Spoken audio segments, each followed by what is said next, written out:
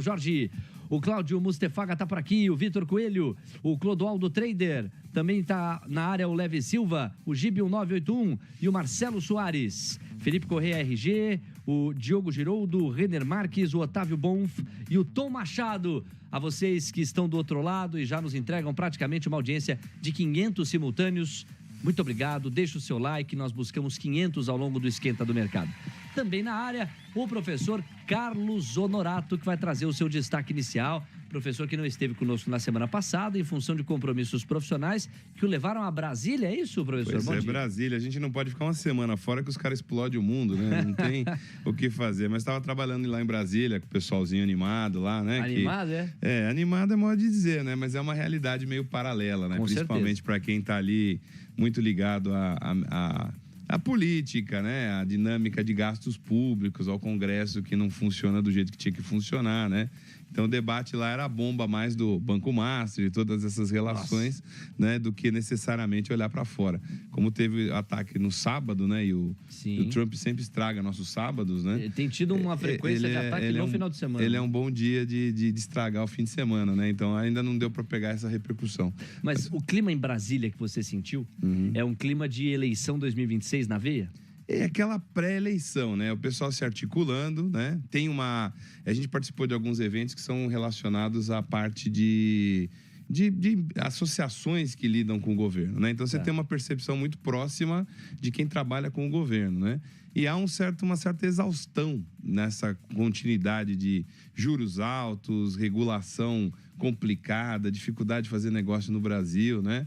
Então é uma posição um pouco mais, eu diria, coordenada, organizada. Não é uma crítica direta, mas é uma crítica tradicional a um governo que está há muito tempo estabelecido e que não há novas perspectivas aí de queda de juros, impostos. Quer dizer, há um cansaço, eu acho, principalmente quem representa o setor privado em Brasília, de que as coisas não vão, né? Quer dizer, você tem um Congresso que funciona na lógica dele, o judiciário que é muito louco e o governo que não ele está buscando só a reeleição, né? Então, uma alternância de poder, de fato, hoje, quando nós consideramos a maior parte das pesquisas, não é o cenário base. Um Lula favorito para a reeleição é o que tem sido sustentado pelas pesquisas. As últimas começam a abalar isso, a arranhar um pouco isso, com o fortalecimento do Flávio. De modo que, se, na média, essas associações ficam um pouco desanimadas com a perspectiva de menor probabilidade de uma mudança de agenda econômico-política, me parece que elas estão amparadas pela realidade. Se elas falam de estamos sufocados pelos impostos, não vejo perspectiva de menos impostos, de fato, no curto prazo não se trabalha com isso, é um governo que não tem esse tipo de agenda e, dado o favoritismo de Lula até segunda ordem, improvável que isso mude caso haja uma reeleição. Agora, quando se fala em juros, aqui a gente tem uma certa esperança, né? Porque o Banco Central já deu o guidance, ou firmou um compromisso com o corte já em março, e aí a gente vai ter um ciclo de queda. Não sabemos o fôlego desse ciclo de queda. Isso não foi comemorado, não foi vibrado por eles, não? É porque o impacto na ponta é muito... Primeiro que demora, demora e segundo é que é pequeno, né? Quer dizer, se você tivesse uma redução, é óbvio que pra não é possível. dígito, né? Você sai de 15 para 7, muda a realidade. Você sai de 15 para 12,5, né? No mercado financeiro, essa variação pequena é relevante, né? No sentido do investidor. Quando você vai para o mercado real, esse juro não bate na ponta de quem precisa investir. E o grande problema do país é que a gente não tem uma visão de longo prazo. E aí, quando você está falando de áreas mais complexas, ligadas à tecnologia, ligada a investimento, você precisa ter uma previsibilidade de longo prazo, precisa melhor condições de funcionamento da economia. E a gente vê que são anos que nada disso acontece, né? Então, é uma percepção interessante e ainda há o sonho de uma terceira via. Né? O que a gente percebe é que se você tivesse uma terceira via... Viável mesmo, né? E o que eu fico assim minha opinião pessoal é que a gente fica sempre entre duas opções, que não tem mais nenhuma opção no Brasil, pelo menos pro primeiro turno, né? Que no segundo turno se resolva como tem que se resolver, né? Mas talvez a gente tenha surpresas. Vamos aguardar aí. Talvez surpresa até desagradável, né? Porque talvez também podem existir. Pode existir, né? Mas eu acho que é uma percepção. E aí o Congresso também funciona do jeito dele. É isso que dá um certo desespero, porque Congresso e Judiciário estão no passo deles. É legal você trazer essa percepção.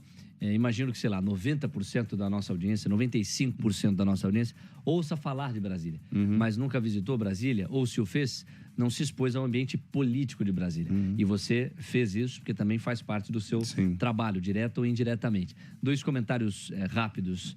É impressionante. Nós vivemos um paradoxo. Boa parte da opinião pública, quando os institutos de pesquisa perguntam, não quer nem Lula, nem algum nome associado ao chamado bolsonarismo raiz, como acaba sendo o Flávio Bolsonaro, embora na forma ele tenha uma postura bastante diferente da do pai. Boa parte da opinião pública brasileira gostaria de um outro nome que desvencilhasse tanto de um lado quanto de um outro. No entanto, na medida em que 2 nomes, o de Lula e de algum candidato mais associado ao bolsonarismo, aparecem nas pesquisas, isso contrata automaticamente a polarização. E mesmo o brasileiro, que não gostaria nem de um nem de outro, se sente obrigado a votar ou em um ou em outro, para rechaçar e rejeitar aquele que não gostaria de ver no poder. Então não deixa de ser um paradoxo. E um segundo comentário, eu questionei aqui a questão dos juros, é preciso separar Wall Street de Main Street, ou no nosso caso, Faria Lima de 25 de março. Porque nós, no mercado, nós começamos a colocar nos preços o ciclo de flexibilização e estimamos a que nível pode chegar essa taxa de juros, a gente vai na frente. Na economia real, na vida como ela é do empresário, vem muito mais esse ângulo. Poxa, mas o corte vai ser tímido, tem um delay de 6 a 8 meses para bater na economia real. Então, os meus negócios, por mais que eu também projete futuro, eles vão ter um ritmo menor do que aquele que eu julgo ideal. Comentários aqui iniciais e espontâneos, que vem dessa experiência que o Carlos Honorato nos traz direto de Brasília, esteve lá semana passada. Bom, são 7h15, confira aí os destaques do Esquenta do Mercado de hoje. TC News, seu resultado é nossa marca. Israel faz operações militares ao longo da fronteira com o Líbano, diz a agência. Ministro diz ter autorizado avanço terrestre. Confrontos entre Israel e Hezbollah, que também já contou bombardeios ao Líbano, é um novo foco da guerra no Oriente Médio, iniciada após ataques dos Estados Unidos e de Israel ao Irã. O país israelense tem acumulado tropas na fronteira e exército libanês se retirou de regiões sul do país. Estados Unidos dizem que Estreito de Hormuz não está fechado, segundo reportagem da Fox News. Guarda iraniana, no entanto, alega que na prática o estreito está sim bloqueado, com ameaça de incêndio para os navios que por ali passarem. Petroleiro pega fogo no Estreito de Hormuz após ataque de drone. O estreito é rota de exportação da commodity, pela qual passam de 20% a 25% da produção do óleo. Temos 7h16. Reino Unido autoriza o uso de bases pelos Estados Unidos após ataque com drone do Irã. No entanto, o premier manteve sua decisão de não participar de ataques ofensivos contra o país, iniciados no sábado. Trump afirma ter ordenado ataques ao Irã para frustrar programas nucleares e de mísseis de Teherã. O presidente americano trabalha com um cenário de confronto se estendendo de 4 a 5 semanas.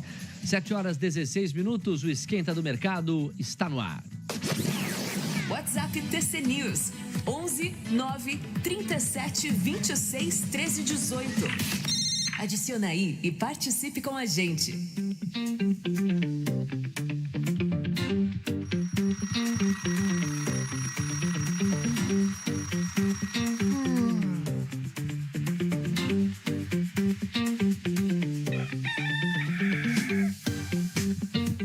Sete 17 é o Esquenta esquentando e você deixando o like do outro lado.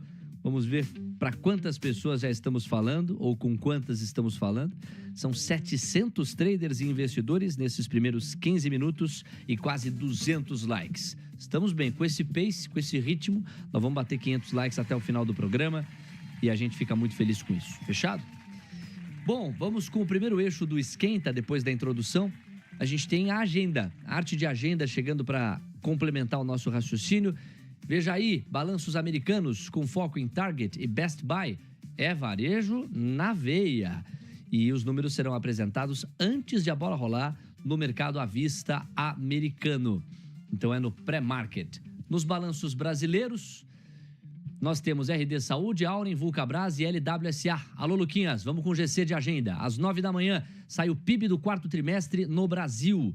É bem importante a gente monitorar. O cenário base é de uma desaceleração da atividade, com o impacto desse custo de capital na faixa dos 15%. 13h15, 1h15 da tarde, Trump reunido com o chanceler alemão. Nós teremos às 12h30 os dados do emprego no Brasil, com o CAGED, a fotografia de janeiro. 9h30 da noite, o PMI de serviços no Japão. 1 hora mais tarde, o PMI industrial da China. E aí, nas falas do Fed, ao longo do dia, temos John Williams, 11h55. Schmidt vai falar 12h10 e Kashkari, às 13h45. Lula em eventos políticos hoje, um às 4, outro às 7 da noite, 4 da tarde e 7 da noite. E como você sabe, terça é dia de leilão do Tesouro Nacional. Este leilão é pós-fixado. A gente tem, por exemplo, as NTNBs, que pagam o IPCA mais um juro, necessariamente juro real. Professor, esses são os highlights. Para complementar aqui, teve há pouco. Posso trazer em momento oportuno aqui no overview. Inflação ao consumidor da zona do euro saiu às 7 da manhã. O IPC-FIP foi divulgado, foto quente de fevereiro também às 7. Às 18h30 nós teremos os estoques de petróleo bruto.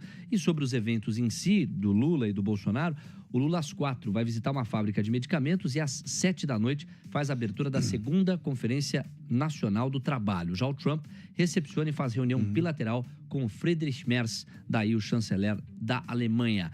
Pois não, professor, o que é que mais chama a sua atenção na agenda? Pois é, no ponto internacional, quer dizer, o chanceler alemão já demonstrou ali que a Europa, apesar do apoio que eles dão ali ao Trump no sentido da derrubada do governo do Irã, eles estão procurando se manter numa certa neutralidade. A própria França ali montou um escudo atômico ali, nuclear, contra possíveis ataques que vêm de algum lugar.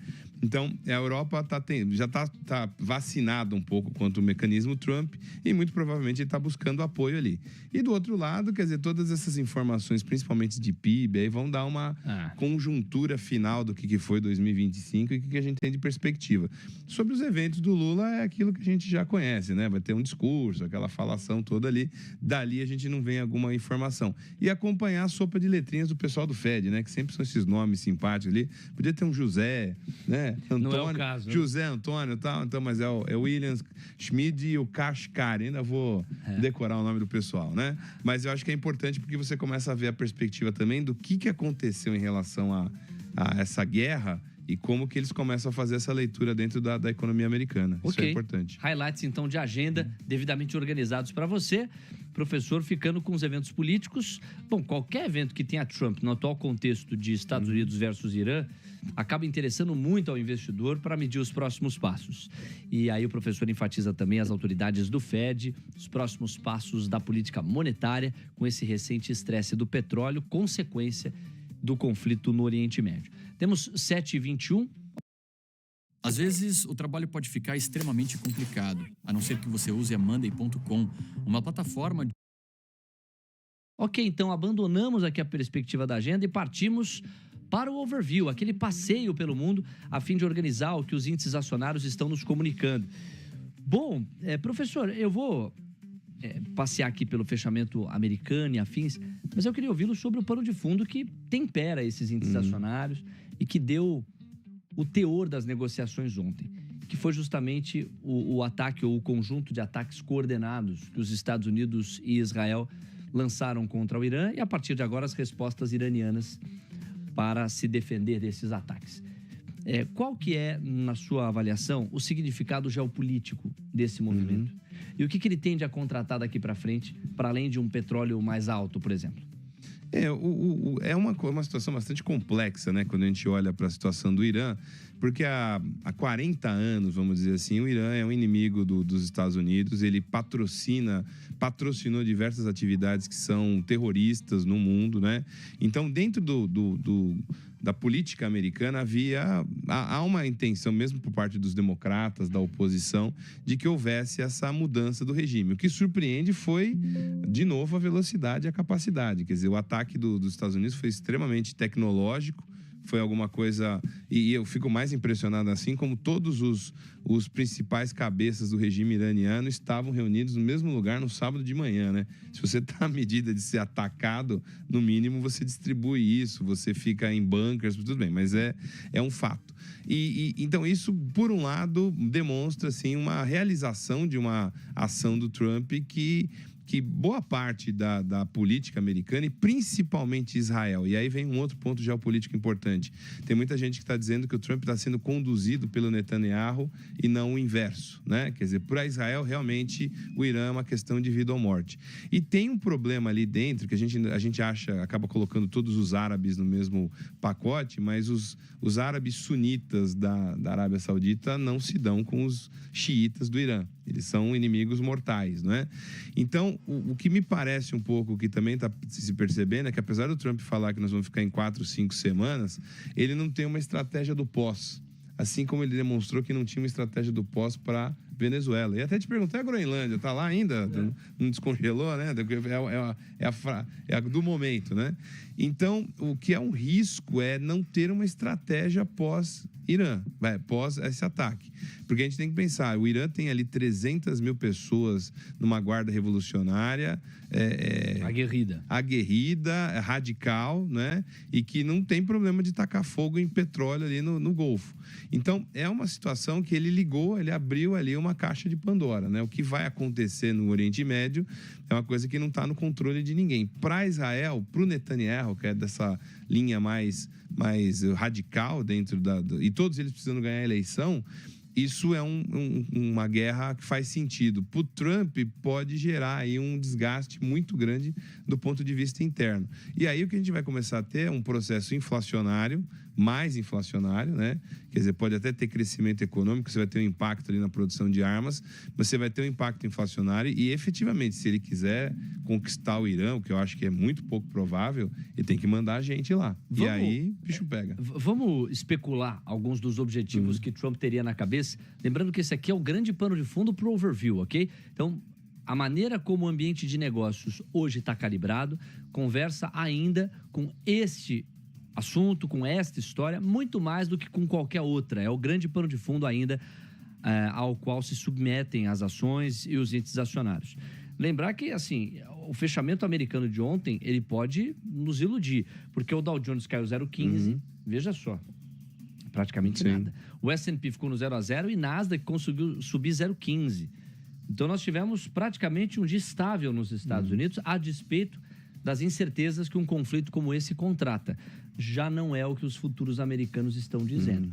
Os futuros americanos tiram a manguinha de fora. O Dow Jones futuro está caindo 2%, o Nasdaq futuro está caindo 2,5%, nós estamos vendo o S&P futuro cair quase 2% e o Russell 2000 futuro caindo 2,5%, junto ao Nasdaq futuro, os índices acionários que mais sofrem.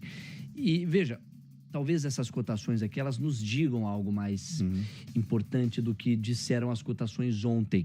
Esse ar de, se não tranquilidade, estabilidade que os índices acionários americanos transmitiram ontem, não está encontrando respaldo nos futuros agora. Há uma perspectiva de queda mais encorpada, ou até, não seria exagero, já que ontem foi quase 0 a 0, muito mais encorpada do que a que tivemos nesta segunda-feira. Professor, você acha que o mercado subestimou, em termos de precificação, os riscos e a complexidade desse confronto sob a luz da negociação do pregão de ontem? Não, eu acho que o mercado está muito focado no próprio umbigo, né? Então, você está muito em torno da questão da inteligência artificial, de tudo que está nessa cadeia de valor da inteligência artificial. Só que a hora que começa a pegar na ponta energia, que é o que a gente vai falar de petróleo, né? Quer dizer, quando cai na ponta energia, você começa a ter um problema sério. Não que toda a energia dos Estados Unidos seja providenciada por petróleo, mas quando você tem um impacto na energia no óleo, isso se irradia para outras commodities, né?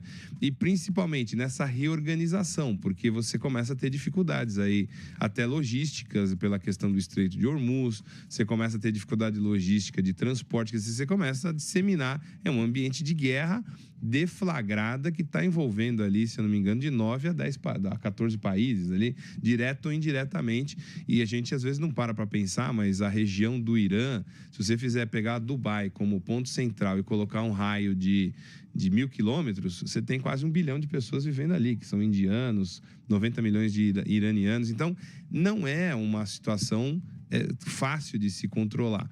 E essas coisas demoram a bater no mercado financeiro de verdade, né? Quer dizer, a hora que você começa a perceber que o Trump não necessariamente tinha um plano, porque uma coisa é você decapitar, como está sendo dito, a liderança. Ok. Bom, qual que é o próximo passo? Regime não vai cair. Esperar que a população vai conseguir derrubar o regime não vai. E o Irã é uma sociedade mais complexa, né? Eles foram os persas. Você tem ali 3 grandes grupos étnicos, mas é uma sociedade complexa, é uma economia desenvolvida, se eu não me engano, chegou a ser já a 15ª economia do mundo, sofrendo com muito desses bloqueios que você tem econômicos, né? Então, é efetivamente uma situação muito complexa, que todo mundo sempre teve muito medo de mexer com esse barril de pólvora do Oriente Médio. Então, quando você abre isso, a incerteza aumenta. E a incerteza aumenta faz com que os índices caiam, né? O pessoal começa a reagir, porque se você importa da China, não dá para passar por ali, temos um problema. Se você compra petróleo, não tem jeito. A Arábia Saudita está procurando aumentar a produção de petróleo. Mas se você tem um bombardeio em algumas refinarias ali, o bicho pega. Com certeza. Então, os $100 para um barril do petróleo é um número meio mágico aí, não acho que vai chegar tão rápido, mas é a mesma coisa do ouro. Você lembra que há um mês atrás, 1 mês e meio atrás, a gente falava que o ouro podia chegar a 6 mil, e às vezes o pessoal ficava meio chocado, é porque no fundo é risco. E o petróleo chegar a 100 não é uma questão de mercado financeiro, é uma questão de oferta e demanda. Então, e aí se você pegar o preço do petróleo neste momento, aproveitando o gancho aqui do overview, o Brent está subindo mais 6% em relação ao que fechou ontem. Ontem fechou nos 77, 78 dólares o barril. Está avançando agora para 82 dólares com 50 centavos. Não é pouca coisa, 6% de ganho. E aí nós estamos fazendo apurações aqui no paralelo que ajudam a explicar ou a calibrar o estresse. E há uma informação que o Fernando Marques divulgou há pouco lá na plataforma do TC, segundo a qual algumas refinarias de petróleo da Ásia estariam considerando cortes de produção, run cuts, de 20% a 30%. Não bastasse o problema que nós temos, sobretudo no Estreito de Hormuz, e uma reunião da OPEP que apontou um compromisso tímido de expansão da oferta no domingo para tentar suavizar esse estresse, insuficiente. Você tem agora refinarias de petróleo da Ásia apontando, acenando para cortes de produção num range que pode ir de 20% a 30%. E aí, não tem bobo nessa história, quando você tem refinarias da Ásia ameaçando cortar a produção, e isso puxando o preço do petróleo para cima, é um grande jeito de retaliar os Estados Unidos, de agredir os Estados Unidos, no sentido de que vem para a bomba da gasolina, no D+0, praticamente, as variações do petróleo. No SUV do americano, né? Exato, o que vai custar. A aprovação de Trump, opinião pública perante a ação militar. Ontem circularam informações de que, segundo levantamentos, 1 em cada 4 americanos, e olhe lá, apoia essa operação militar que os Estados Unidos endossaram e praticaram contra o Irã. Agora tem praticado, né? Porque não é algo pontual, como foi aquele ataque à mina de exploração de energia nuclear. A gente está falando de uma ação militar que fica... Uma guerra. Você usaria esse termo guerra? Eu estou vendo alguns analistas ponderarem que não é o caso ainda de classificar como uma guerra. Outros já têm usado o termo. Você usa? Se eu começar a atacar esse microfone em você atacar o microfone em mim, provavelmente é uma briga, né? Que vira uma guerra. Aí muito... Depende do... Veja, se você tem um monte de míssil saindo de um lado e um monte de míssil saindo do outro, é que o tipo da guerra mudou. Né? A gente tem aquela visão de uma guerra, como a Primeira Guerra Mundial, que as pessoas iam com uma baioneta, tinha que te espetar. A guerra de trincheira. Mas é que não houve uma declaração oficial de guerra, diferente do conflito Israel-Hamas, em que aí a gente teve uma declaração oficial de guerra. Talvez esse seja o protocolo que alguns analistas colocam sobre a mesa. Mas eu já estou vendo outros largarem mão disso e dizerem que, na prática, estamos sim diante de uma guerra, né? A gente teve uma guerra no Egito, se não me engano, foi a Guerra dos 6 Dias, né, que teve muito menos, eu diria, bombardeios do que a gente tem hoje. Mas é a forma de você minimizar né, uma Sim. coisa que está acontecendo de verdade. E você comentou das refinarias, uma coisa é, primeiro pode faltar petróleo, né, no sentido, vamos ser naíves, inocentes, faltou petróleo, não dá para produzir. Mas a gente tem que pensar que Rússia e China estão sendo absolutamente afetados pelo Irã. O Irã Verdade. a Rússia é um parceiro do Irã fortíssimo. O Irã fornece petróleo barato para eles, né? Por petróleo barato, tecnologia de drones, e foi o Irã que ajudou muito a Rússia na China. Sim. Na Síria. Os dois entraram ali na Síria, depois desandou, né? Mas a Síria, junto com o Irã, a Rússia junto com o Irã entraram na Síria muito forte. E a China está quietinha. Só que a China está quietinha e está estudando as retaliações, eu diria, no submundo. Então, você lembrou bem, quer dizer, você deixar o preço do petróleo explodir é um mecanismo pelo qual você afeta o Trump, talvez no único lugar em que ele perde, é o ponto interno, né? Do ponto de vista militar, a gente também já falou isso várias vezes, o orçamento dos Estados Unidos é de 850 bilhões de dólares. O segundo maior orçamento do mundo, se não me engano, é da China, é 100 e poucos bilhões. Quer dizer, do ponto de vista militar, não há quem faça frente aos Estados Unidos. Agora, ele tem um calcanhar de Aquiles interno. A sociedade americana já está um pouco também cansada disso, porque é o que você falou, o cara não está preocupado se o ayatolá do Irã caiu ou não, ele está preocupado se ele está pagando mais caro no galão da gasolina do SUV dele, se a carne dele está mais cara. E essa conduta errática leva a uma pressão nos Estados Unidos. E cada vez mais me parece que o Trump reage a uma situação em que ele vê que vai perder o midterm, né? Pode perder o Senado também, e aí a coisa vira uma crise para ele interna. E eu sempre tenho na minha cabeça uma ideia minha, mas que eu gosto de deixar nos cenários, ele quer se reeleger de novo no final do próximo mandato, mesmo não podendo legalmente. Então, se ele não tiver o Congresso com ele, além do risco de sofrer o impeachment, é o risco dele perder a oportunidade de tentar dar um golpe, né? Olha, professor, o overview, você vê que até aqui a gente tem investido um tempo relevante nos panos de fundo para o overview. Nós trouxemos o pano de fundo do conflito, natural que a gente ouvisse com mais tempo sobre isso. E trouxemos agora o pano de fundo do petróleo, particularmente, com esta informação, repito, segundo a qual refinarias da Ásia estariam apontando para um corte de produção na faixa de 20% a 30%. Isso vai ajudar a explicar o peso de fuga ao risco que os indicadores estão demonstrando. Dá só uma olhada aqui, eu vou fazer a viagem. Dow Jones Futuro, como eu antecipei, caindo 1,7%, Nasdaq Futuro 2,3%, S&P Futuro 1,8%, Russell 2000 Futuro 2,7%. Tudo isso de queda são variações bem mais expressivas do que as de praticamente estabilidade que vimos ontem. Setor de semicondutores tombando. Micron Technology cai 7%, Seagate 5,5%, Western 6%. Olhando para outros papéis que não os que pertencem à prateleira das 7 magníficas, várias quedas superiores à faixa dos 3%. AMD está caindo 4,5%, Broadcom caindo 3%, Cameco, energia nuclear, caindo 5,5%, Dell caindo 4,5%, Intel caindo 5%. Nós temos JP Morgan, que equivale a um Itaú aqui para nós, caindo 2,5%, Disney cai 2%. E mais, MicroStrategy, aí tem a ver com Bitcoin, cai 5%, Oracle cai 4%, Palantir está caindo 4,5%. Não são variações tímidas, não tem nenhuma verde, todas estão no vermelho.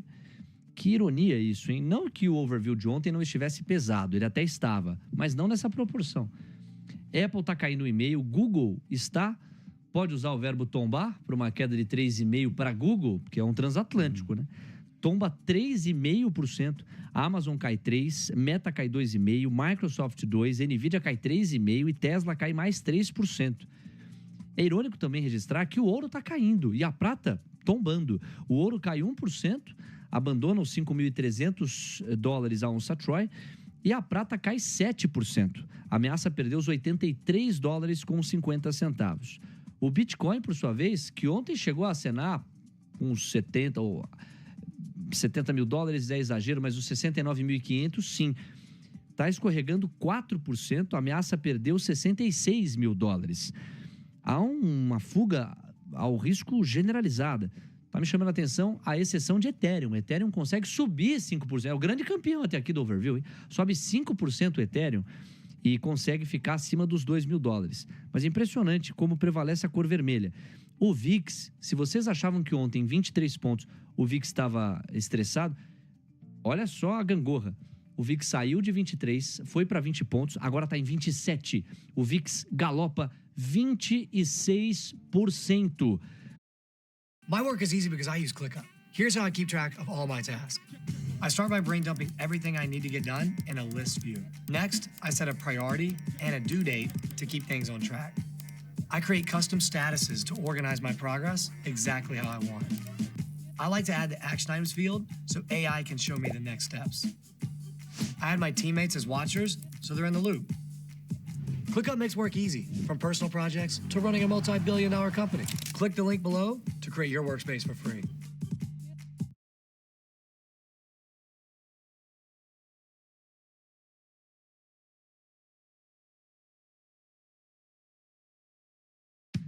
Você sabe o tamanho do aparelho auditivo Lyric? Somente 1,5 centímetros. Perceba o tamanho dele comparado com um Clips. Aparelho auditivo com bateria de longa duração. Tome banho, pratique esportes. A hipótese de leitura que eu ofereço para vocês no nosso overview é de que o mercado subestimou o cronograma deste confronto e subestimou as consequências para o preço do petróleo, que na manhã desta terça-feira começam a ficar mais claras quando você tem corte de produção vindo de empresas do setor lá na Ásia. O VIX, não lembra a última vez que eu narrei isso aqui, possivelmente tenha sido naquele contexto do Liberation Day, no anúncio das tarifas de Trump. O VIX está disparando 26%, em quase 27 pontos. DXY saiu dos 98,5 para quase 99,5. Temos agora 0,7% de ganho. O DXY cota 99,25. Yields de 2, 10 e 30 anos pedem 8 pontos base a mais nos prêmios em média. É um overview pesado. O Nikkei pode ser um bom termômetro para isso. O Nikkei caiu 3%. Vai vendo aí, Carlos Honorato. Vai organizando as informações. Nikkei caiu 3%. A curva japonesa chegou a pedir de 6 a 7 pontos base a mais nos prêmios. Isso aqui está cheirando caixa, hein? Isso aqui está cheirando caixa. Porque é aquela pergunta, para onde está indo o dinheiro? O ouro está caindo, está tudo caindo. E eu vejo a curva de juros pedindo mais prêmio. Se os títulos da dívida pública, qualquer país aqui, já que no Japão está havendo aumento de pedido, nos Estados Unidos, enfim, se você tem uma curva que está pedindo prêmio, o que acontece com os títulos da dívida dessas curvas? São títulos que estão ficando mais baratos, né? Até por isso se pede mais prêmio, para você tentar atrair comprador. Então são títulos que estão ficando mais baratos. Se estão ficando mais baratos, as pessoas estão saindo dos títulos também. Então isso aqui está cheirando formação de caixa. É lucro no bolso, para quem ainda tem lucro para colocar no bolso, e caixa. Xangai caiu 1,5%, Hong Kong caiu 1,17%. Olha a Coreia do Sul. O índice Kospi, rapaz, isso aqui é quase um circuit breaker, hein? O índice Kospi caiu 7,5%. Ok, vem subindo pra caramba, lembremos disso. Mas 7,5%. Nifty da Índia caiu 1,24%. A SX da Austrália, 1,34%. Pela Europa, os índices acionários tombam de 3% a 4%. Vocês se preparem aí. Você vê que o nosso GC já mudou. A nossa cobertura ela vai passando a ficar especial. Coincide esse peso do overview. Honorato, eu estou fazendo questão de passar por todas as fotos aqui para você ter realmente o overview, quer dizer, o panorama completo. Coincide o peso desse overview maior, o ambiente mais pesado, com essa informação que nós pagamos há pouco de que tem corte de petróleo ou de produção e destilamento do petróleo vindo da Ásia.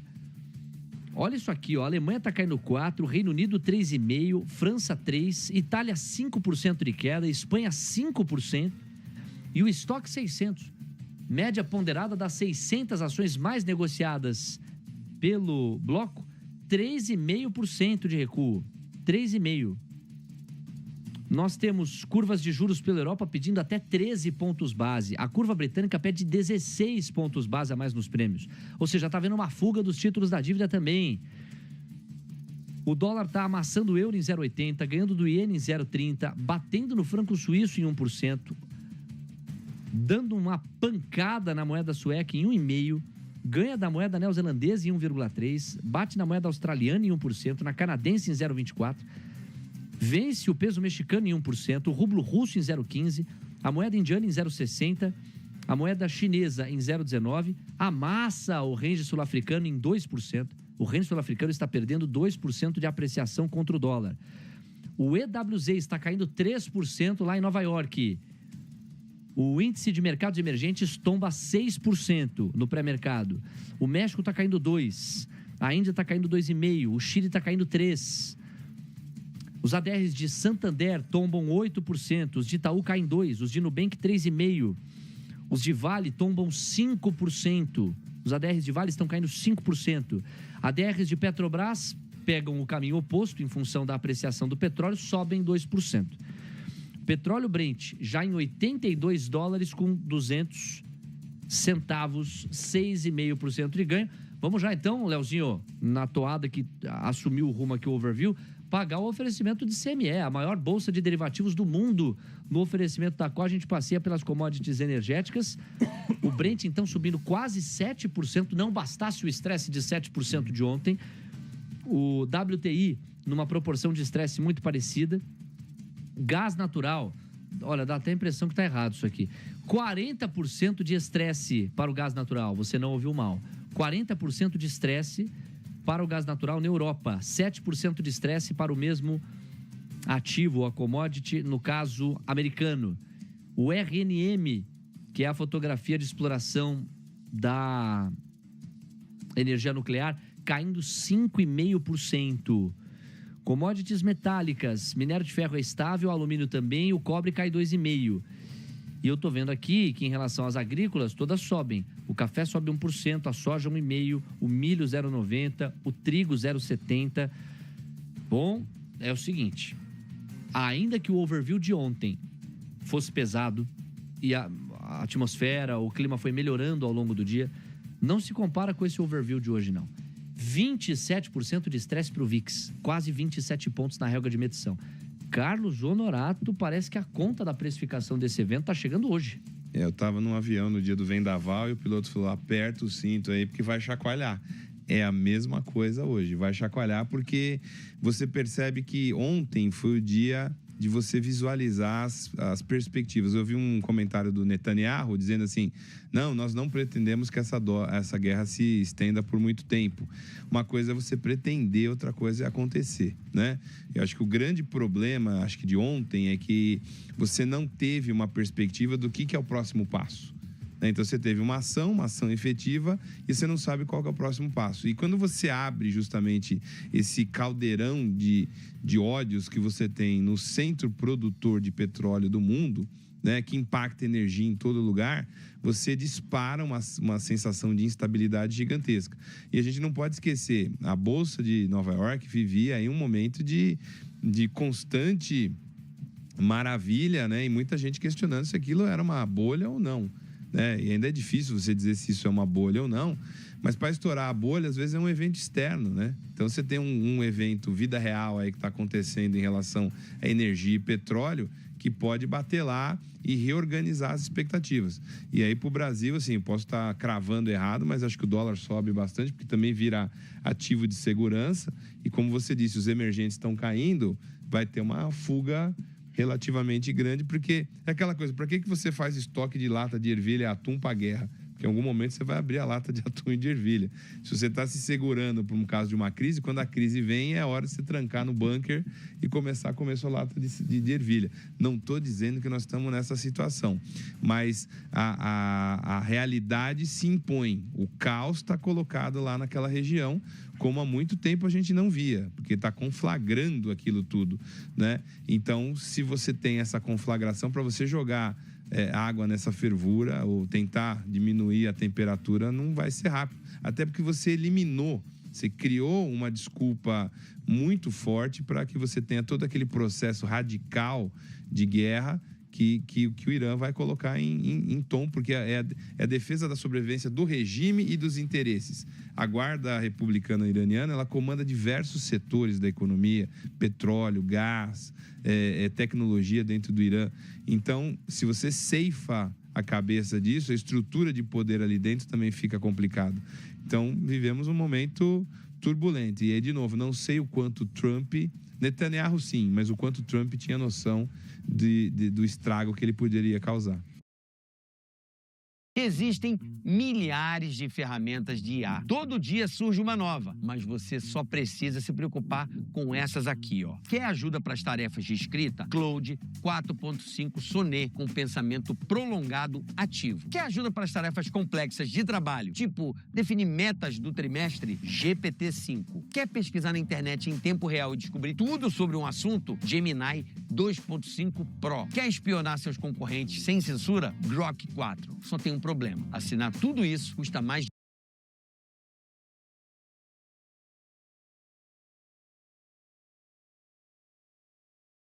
R$7,46. E o que chama atenção é essa busca pelo caixa, né? Porque eu fiquei me perguntando aqui no overview, para onde está indo essa grana?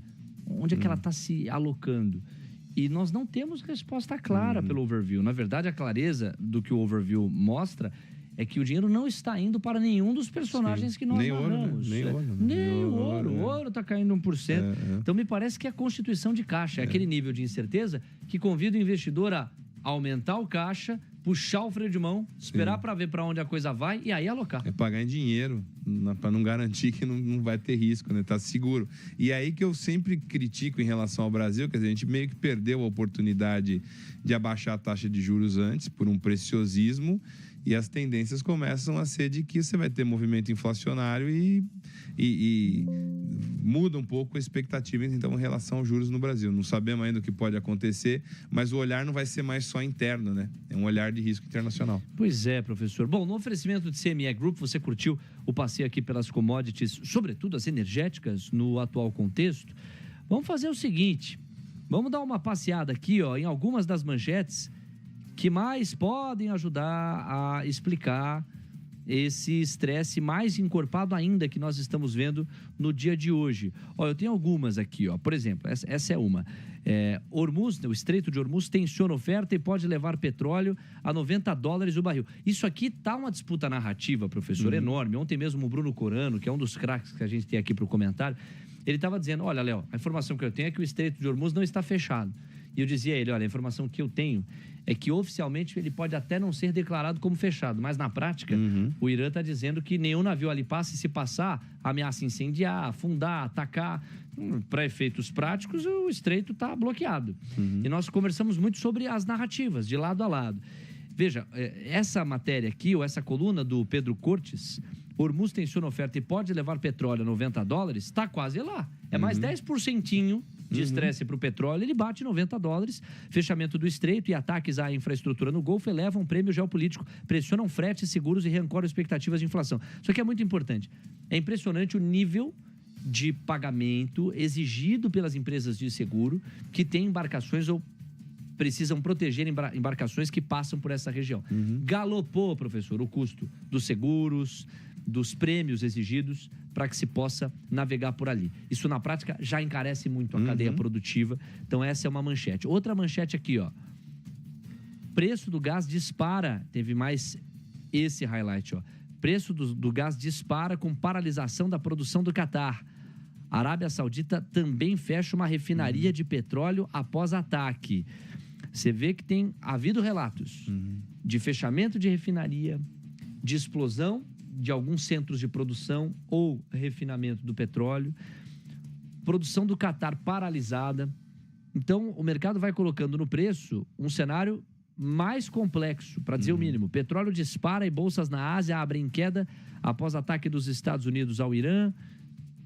Que mais aqui, ó? Tropas israelenses realizam incursões ao longo de trechos da fronteira libanesa. Lembrar que o Líbano tem toda a participação do Hezbollah, inclusive na sua estrutura política, e o Hezbollah é um grupo que os israelenses vão alegar, não só um grupo terrorista, mas um grupo cuja razão de ser é a morte ao Estado de Israel. E financiada pelo Irã. Pelo Irã. Quer dizer, a cabeça do povo aí, se o Hezbollah é um tentáculo e está hospedado e entranhado na estrutura política do Líbano, se é um dos tentáculos, a cabeça deste povo é o Irã e o financiamento que vem, o que advém da potência iraniana. Então, essa é uma manchete quentíssima, tá, pessoal? Da última hora. com aumento da escalada ou com a escalada do conflito. Isso aqui é um outro ângulo, para Que dizer não o é mesmo uma guerra, fato. né? No caso, só foi Então, uma pequena... Os caras deram uma volta na fronteira. vai ficar né? difícil não usar o termo. Vai ficar Precisa difícil. arrumar o nome da guerra, Mas parece... né? Você vai caracterizar de quê? Israel faz operações militares ao longo da fronteira com o Líbano, diz a agência. Ministro diz ter autorizado avanço terrestre. Confrontos entre Israel e Hezbollah, que também já contou bombardeios ao Líbano, é um novo foco da guerra. Aqui já começa a se usar o termo, da guerra no Oriente Médio, iniciada após ataques Estados Unidos e Israel ao Irã. Israel tem acumulado tropas na fronteira e exército libanês se retirou de regiões ao sul do país. Carlos Honorato, mais um conjunto de manchetes que vão ajudando a dimensionar o nível de risco que o Overview entregou há pouco. Nesse momento a gente tem que parar um pouco de ver versões e ver fatos, né? A última vez que o Irã fechou o Estreito de Hormuz, como que ele fechou? Ele jogou minas no mar, né? Então, se você jogar 200 minas no mar e tiver drones voando ali, os navios não vão passar. Né? Então, simples assim. Você tem que alguém lá retirar as minas, tudo mais, né? Por mais que os Estados Unidos tenham um preparo ali, eu estava observando aquele Fly Radar, que mostra por onde passam os aviões, você pega diversos aviões que estão circulando ali a Península Arábica, são aviões de guerra americano. Então, você também tem uma cadeia de suprimento, né? Você precisa manter os porta-aviões abastecidos, né, dentro desse processo. Então, simplesmente, o fato de você jogar umas minas, atacar com um drone um petroleiro que começa a pegar fogo e vai demorar uns dias para apagar, você já inviabilizou o Estreito de Hormuz, né? Então, a gente tem que diminuir um pouco esse alívio das informações e encarar os fatos como eles são, que muito provavelmente é o que está ao olhar dos mercados, né? Se os tombos na Europa foram muito altos, porque se você tem um aumento de 40% no preço do gás na Europa, eles já não têm o gás lá da Rússia, né? Como que você vai? Sorte que o inverno está acabando, né? Mas por mais que seja, a energia europeia vem de lá. Então, é um modelo intrincado e, de novo, o problema é assim, você abriu o gênio do mal ali, quando você atacou o Irã. Então, você botar esse gênio de novo na lâmpada vai demorar. E aí a gente não sabe o que vem nos próximos passos. Por isso que esse é a grande precificação que o mercado vai começar a fazer, é o que vem daí. E se você tem um Trump que apareceu ontem com o pescoço, você viu essa foto? Que ele apareceu com o pescoço machucado, quer dizer, e ele não pediu autorização para o Congresso. E, teoricamente, você está começando uma guerra, mas não é guerra, você precisa da autorização do Congresso. Então, é um conjunto de ações meio estrambelhadas e não tão alinhadas que geram uma insegurança muito grande nos mercados. E vai bater lá no Dow Jones, vai bater nas bolsas do mundo, né? E começa a bater na Ásia, né? Porque você pega Coreia, Japão, são dependentes de petróleo. Não tem produção de petróleo. Então, custos de todo esse pessoal vão aumentar. E nós, emergentes, aqui vamos sofrer também. Preparem-se, porque vai chacoalhar. Talvez não tanta intensidade, mas vai sobrar para a gente. Professor, nesse momento, você também é investidor, né? Você tem ali o seu patrimônio, cuida da gestão financeira da sua própria vida. Nesse momento, por exemplo, quem tem posição em renda variável, você imagina o que é o comportamento base qual agora? É o de deixa eu estopar tudo aqui, recolher as peças do tabuleiro, ou isso pode ser precoce, dado, se não um exagero, uma overreaction, como os americanos costumam falar, né? Uma reação mais forte do que a necessária para precificar o conflito. Normalmente, né, você ir com a manada não é uma boa ideia, né? Eu tinha um chefe meu, que é o mesmo que deu origem àquele O Saco do Patrão. Ele dizia o seguinte, eu estou tão enrascado que qualquer movimento contribui para o prazer do meu adversário, entendeu? Então, eu não posso me mexer.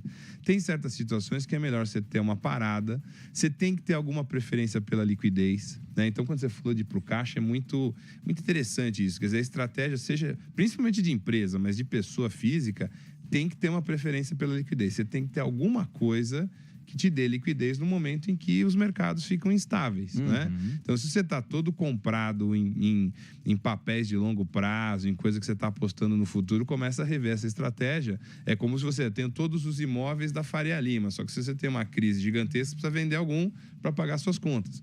Então, uma preferência, um pouquinho de liquidez, uma preferência pela liquidez é importante, e ter muita frieza nesse momento, porque é o momento de oscilação dos mercados. O que não significa que a coisa vai ruir, né? Você tem aí petróleo subindo 7% lá no Nova York, já no futuro. Então, qualquer ação atabalhoada é relevante. Agora, que você tem que buscar alguma liquidez é fundamental. Então, procura ser cuidadoso, principalmente cuidadoso com essa coisa de, vou querer aproveitar uma onda, né? Vou pegar aqui, vou comprar ouro, e aí ouro cai. Vou sair aqui, vou comprar Petrobras e de repente cai por uma outra razão. Então, um pouquinho de preferência pela liquidez e calma, né? Canja de galinha e chá de camomila nunca fizeram mal para ninguém. Então, vai com calma, né? Mas é um momento de apreensão, de que tem que estar atento ao que está acontecendo e ver a sua situação. Se o negócio desandar mesmo, se a maionese desandar, tem que jogar fora. Bom, entre os eixos de precificação, esse Irã versus Estados Unidos, de longe, sobra, é o primeiro colocado, tudo está em função disso. Porém, o mundo continua girando em outras frentes, não? E eu vou dividir com vocês, pode ser o gancho para o destaque final do professor, até por um certo protocolo. Saiu há pouco a pesquisa que emula os sinais e os cenários de primeiro e segundo turno para as eleições de 2026, de acordo com o Instituto Real Time Big Data. Vamos fazer aqui essa apresentação para vocês. Essa é a manchete, ó. Lula empata no segundo turno com Flávio Bolsonaro e Ratinho Júnior, mostra Real Time Big Data. Bom, aqui nós temos então, até esta parte do enunciado, uma manchete que conversa com os levantamentos anteriores, seja da Atlas Intel, seja da Paraná Pesquisas, levantamentos que apontam uma competitividade maior do Flávio Bolsonaro e já, no mínimo, um empate com o atual presidente em simulações de segundo turno. Ou seja, essa primeira parte do enunciado, ela é importante por se somar aos outros dois levantamentos. Você tem já 3 levantamentos que começam a sugerir que o filme mostra uma disputa bem mais apertada do que aquela que nós víamos no final do ano passado. Agora, a notícia estaria aqui, né?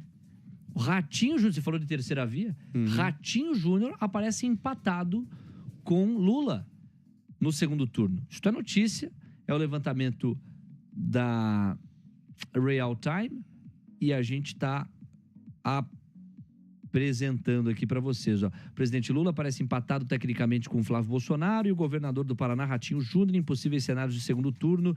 Levantamento do Instituto Real Time Big Data.